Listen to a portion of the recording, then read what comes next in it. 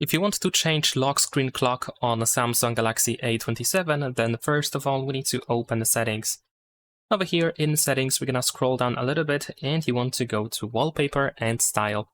Now over here we should be able to tap on the lock screen.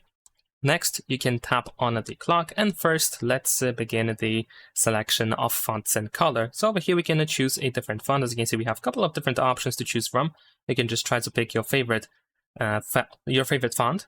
You can also adjust the thickness of the font as well, and the color. You can also set it to automatic to adapt colors from the wallpaper.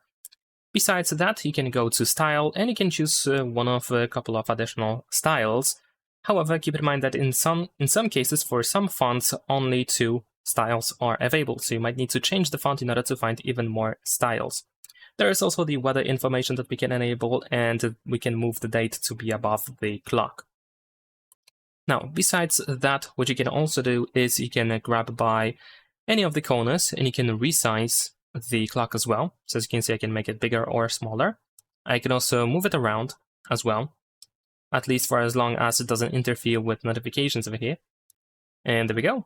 Once you are done, just tap on Done in the upper right corner, and that's pretty much it. Leave a like and subscribe.